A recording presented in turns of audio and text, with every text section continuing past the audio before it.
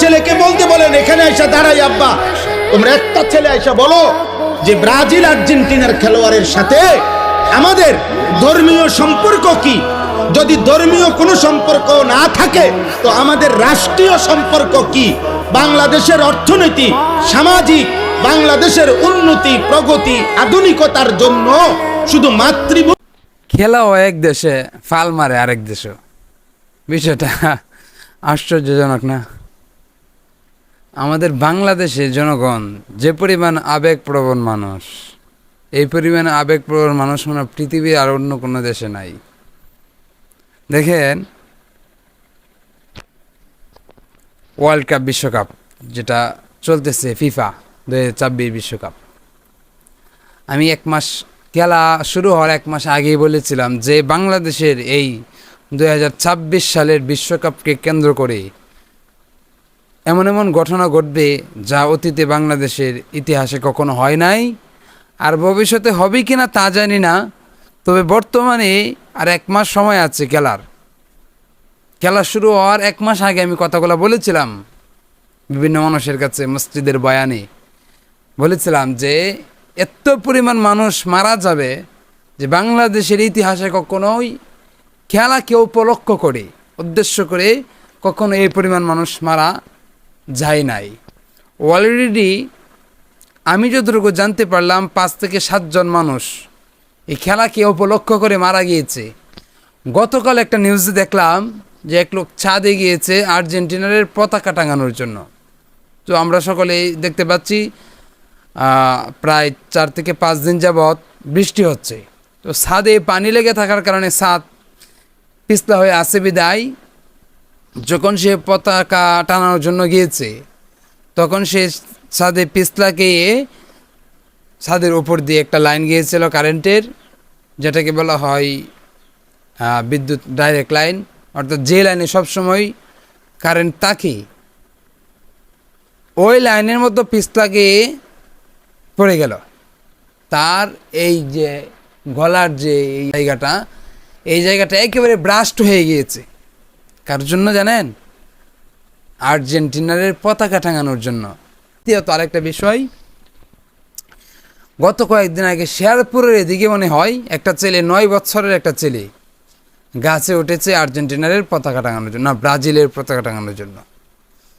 তো গাছের সাথে কারেন্টের লাইন ছিল, তো সে যে ডাইলে পাড়া দিয়েছে, সে যে ডাইলে গিয়ে বসেছে টাঙানোর জন্য, যে প্রস্তুতিটা নিয়েছে যে ডাইলে বসে, সেই ডাইলের নিচ দিয়ে কারেন্টের তার গিয়েছে, এরকম ডাইরেক্ট লাইন। সাথে সাথেই সে এখানেই ব্রাস্ট হয়ে এখানে মারা গেছে। কি একটা মর্মান্তিক একটা দুর্ঘটনা, যা কোনোভাবেই বোধগম্য নয়, অসম্ভব। আজকে কি বলবো আর, খেলা হয় এক দেশে, মানুষ মরে আরেক দেশে, গোল হয় এক দেশে, ফাল দেয় আরেক দেশে। আশ্চর্যজনক একটা বিষয়। আজকে সকালে যে ব্রাজিলের খেলা গিয়েছে আমি জানি না, তবে আরেকজনের কাছ থেকে জিজ্ঞাসা করলাম আজকে কার খেলা গেছে, যে ওনাদের খেলা গিয়েছে। আচ্ছা, বিদায় কি হলো? তো জিজ্ঞাসা করার একটা উদ্দেশ্য আছে। সকালে শুনলাম আমাদের পার্শ্ববর্তী এলাকায় মারামারি হয়েছে, এখানে আহত হয়েছে প্রায় 40 থেকে 45 জন মানুষ। একটা দলকে নিয়ে সাপোর্ট করে অনেক মানুষ হইতো। তো কি জন্য মারামারি হয়েছে? তো খেলা নিয়ে মারামারি হয়েছে। তো আজকে সকালে মারামারি হওয়ার কাহিনী কি? ব্রাজিলের খেলা ছিল। ব্রাজিলের খেলা ছিল, কি হয়েছে? ব্রাজিল এবং আর্জেন্টিনার তারা 2 দলের সাপোর্টাররা কথা কাটাকাটির মাধ্যমে হাতাহাতি হয়েছে। যে পরিমাণ মানুষ আহত হয়েছে, প্রায় 40 থেকে 45 জন মানুষ আহত হয়েছে। যাই হোক, আমার কথা হচ্ছে ওরা আমার কিচ্ছু লাগে না। ওরা তো একটা ইহুদি বেঈমানের দল, ও রাষ্ট্রটাই ইহুদি বেঈমান। তাদের সাপোর্ট আমরা কিভাবে করি, কিভাবে আমি আমার আপন ভাই, আপন চাচা এবং কি চাচাতো চাচা, আমার প্রতিবেশীদেরকে কীভাবে হাতাহাতি করি তাদের খেলা নিয়ে। দেখেন, এই বিষয়ে আরও অনেক আগে থেকে আমাদের শেখ মোহাম্মদ আনিস রহমান আশরাফি হুজুর আরও কঠোর ভাষায় অনেকগুলা কথা বলেছেন। আমরা তার কথাগুলো একটু শুনে আসি ইনশাআল্লাহ। দেখেন হুজুর কি বলে। ছেলেকে বলতে বলেন এখানে আইসা দাঁড়াই আব্বা, তোমরা একটা ছেলে আইসা বলো যে ব্রাজিল আর্জেন্টিনার খেলোয়াড়ের সাথে আমাদের ধর্মীয় সম্পর্ক কি? যদি ধর্মীয় কোনো সম্পর্ক না থাকে তো আমাদের রাষ্ট্রীয় সম্পর্ক কি? বাংলাদেশের অর্থনীতি, সামাজিক, বাংলাদেশের উন্নতি, প্রগতি, আধুনিকতার জন্য শুধু মাতৃভূমির মায়াও যদি থাকে, একটা নাফরমান বল এটা এখানে দাঁড়ায়া আর্জেন্টিনার ব্রাজিলের খেলোয়াড়ের সাথে আমাদের বাংলাদেশের উন্নতির কি সম্পর্ক বল? ইসলাম তো আছে নাই, তো রাষ্ট্রের বলেন, রাষ্ট্রের বলতে বলেন এ দেশের উন্নয়নে কথা বলেন না, আমাদের সাথে ওদের কি কি লেনদেন বলেন আঙ্কেল, বলো না আব্বা। হ্যাঁ, একটা কথার বুঝায় কও যে একটা যুক্তি তো থাকবে হুজুর। এই ফুটবল বিশ্বকাপে যদি আমরা ব্রাজিল এবং আর্জেন্টিনার পক্ষে ব্যাপক লাফাইতে পারি, বিনিময়ে ওই দেশের লোকেরা যদি আমাদের প্রতি সন্তুষ্ট হয়, তাহলে আমাদের দেশের রেমিটেন্স বেড়ে যাবে, আমাদের দেশের তেল বেড়ে যাবে, আমাদের দেশের উন্নতি বেড়ে যাবে। একটা কিছু তো হবে, সেটা কি বলো না আব্বা, বলো। কাতার বিশ্বকাপে প্রধান আলোচ্য বিষয় ছিল, আমরা স্পষ্ট পত্রিকা দেখছি, এখনো পিছনে সার্চ দিলে পাওয়া যাবে, কাতার বিশ্বকাপে প্রধান আলোচ্য বিষয় ছিল মদের বোতল। কাতার সরকার আইন করছিল স্টেডিয়ামের ভিতরে মদের বোতল সরাসরি খাওয়া যাবে না। এটা নিয়ে সারা বিশ্ব, ইউরোপ তখন বিতর্ক করছিল যে না, এটা স্বাধীনতায় হস্তক্ষেপ, যেখানে অবাধে মদের বোতল। ব্রাজিল বিশ্বকাপের সময় সরকারি ওরা হিসাব দিছিল ওই দেশে যে যে পরিমাণ আয় হবে, রাষ্ট্রের আয়, এই আয়ের যে খাতগুলো দিছিল আমি নিজ চোখে দেখছি, সেই খাতের একটি খাত হলো যে পরিমাণ হোটেলে নারী ভাড়া দেওয়া হবে, যে পরিমাণ বেশ্যাবৃত্তি হবে, দেহ বিক্রি হবে, ওইখান থেকে রাষ্ট্র বিশাল বড় টাকা আয় হবে, ওইটা একটা বড় খাত।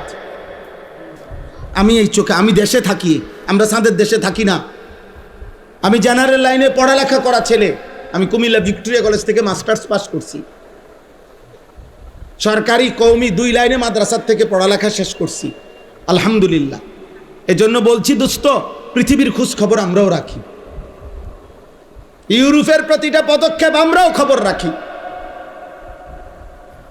বলো না আব্বা, তোমরা ইনসাফের সাথে বলো, একটা ছেলে এই একটি ফুটবল বিশ্বকাপকে কেন্দ্র করে কি পরিমাণ জুয়ার খেলা হবে? এক এক খেলোয়াড়ের নামে, দলের নামে কত কোটি কোটি ডলার জুয়া হবে, বলেন বলেন। খেলা হইল ফুটবল, কিন্তু 3 দেশে 3টা উদ্বোধনী অনুষ্ঠান হবে, 3 দেশের সম্মিলিত আয়োজনে 3টা উদ্বোধনী অনুষ্ঠানের মধ্যে অসংখ্য নর্তকী নাচবে। তো নারীর নাচের সাথে ফুটবলের কি সম্পর্ক? বলো না ভাই, ইনসাফ করো আব্বা, নর্তকীর নাচের সাথে ফুটবলের কি সম্পর্ক বলেন? এমন দুনিয়াত বেশি দিন থাকতাম না, এই জন্য চিন্তা করছি কইয়ে যাই না, বুঝেন না? কে এর ষড়যন্ত্র করব, কে হুমকি দিব, কে ধমকি দিব, যে যেটাই করবো কোনো অসুবিধা নাই। গুলি করুক আর গুম করুক, খুন করুক আর জখম করুক, যে যেখান থেকেই মেরে ফেলুক, শেষ পর্যন্ত আল্লাহর কাছে ফেরত পাঠাবে, ফেরত পাঠাবে না? আর ওই মালিক জুলুম করবে না, তিনি ইনসাফ করবে। তিনি তো দেখছেন, তার জন্য বলছি কিনা,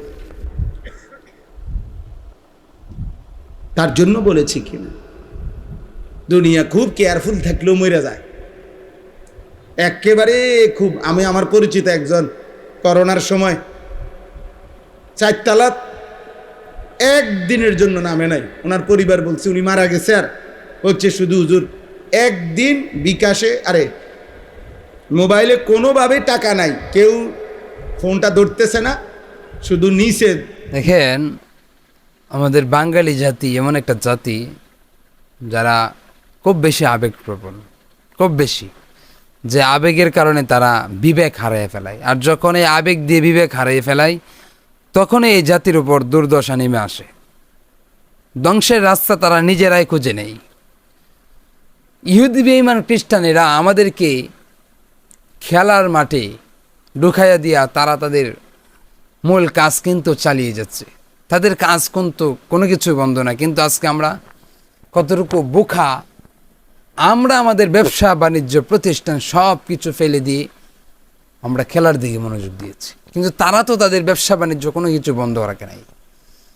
একটা মানুষ 3:30 রাত 3:30 ভোর 4টায় সে উঠে খেলা দেখে, কিন্তু ফজরের নামাজটুকুন যদি বলি পড়ার জন্য, বলে যে হুজুর ঘুমের জন্য উঠতে পারি না। আরে ভাই, যে মালিক তোমাকে সৃষ্টি করেছে, যে মালিক তোমাকে তুমি প্রতিনিয়ত বেঁচে আছো, প্রতিনিয়ত আমার রব্বুল আলামিনের দেওয়া নিয়ামত ভোগ করতেছ, যেই ঘুমের ঘরে তুমি ডুবে গিয়েছ, সেই ঘুমের ঘর থেকে মালিকের দেওয়া ফরজ ইবাদত, ফরজ বিধানটা তুমি পালন করতে পারতেছ না।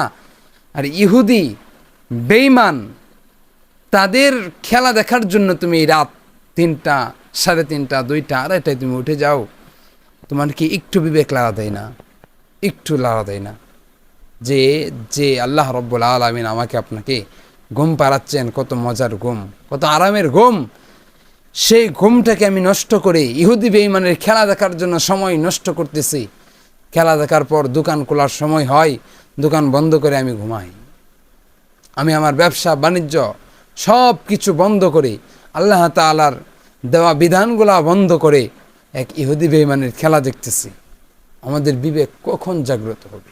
আফসোস, বিশেষ করে বাঙালি জাতির জন্য আফসোস। আমরা যতটুকু আবেগপ্রবণ মানুষ, আবেগ দিয়ে বিবেক হারিয়ে ফেলি, অন্য পৃথিবীর অন্য দেশে এরকম জাতি মানুষ নাই, একেবারেই নাই। তারা বিনোদন নেই, তারা তাদের সময় অনুযায়ী তারা কাজকর্ম সব কিছু যদি শেষ করে একটু সময় পাই তো বিনোদনে যাই, নতবা না। তা আমরা আমাদের বিবেককে জাগ্রত করি। আজকে ইহুদি বেঈমান আমাদের কোরআন রিচার্জ করে তারা সফলতা অর্জন করতেছে, তারা তাদের মূল মাকসাদে পৌঁছে যাচ্ছে, কিন্তু আজকে যে কোরআন আমাদেরকে আল্লাহ তাআলা গাইডলাইন হিসেবে দিয়েছে, প্রেসক্রিপশন হিসেবে দিয়েছে, সেই কোরআনকে আমরা রিচার্জ করি না, ইহুদি বেঈমানরা রিচার্জ করতেছে। দেখেন আমরা কতটুকু বোকার স্বর্গে বসবাস করতেছি। আল্লাহ তাআলা আমাদের বিবেককে জাগ্রত করার মতো তৌফিক দান করেন। আল্লাহ তাআলা আমাদেরকে সর্ব অবস্থায় ঈমানি হালতে থাকার মতো তৌফিক দান করুক, আমিন। আসসালামু আলাইকুম ওয়া রাহমাতুল্লাহি ওয়া বারাকাতুহু। আজকের ভিডিওটা যদি আপনাদের কাছে ভালো লেগে থাকে অবশ্যই লাইক, কমেন্ট, শেয়ার করে দেবেন ইনশাআল্লাহ।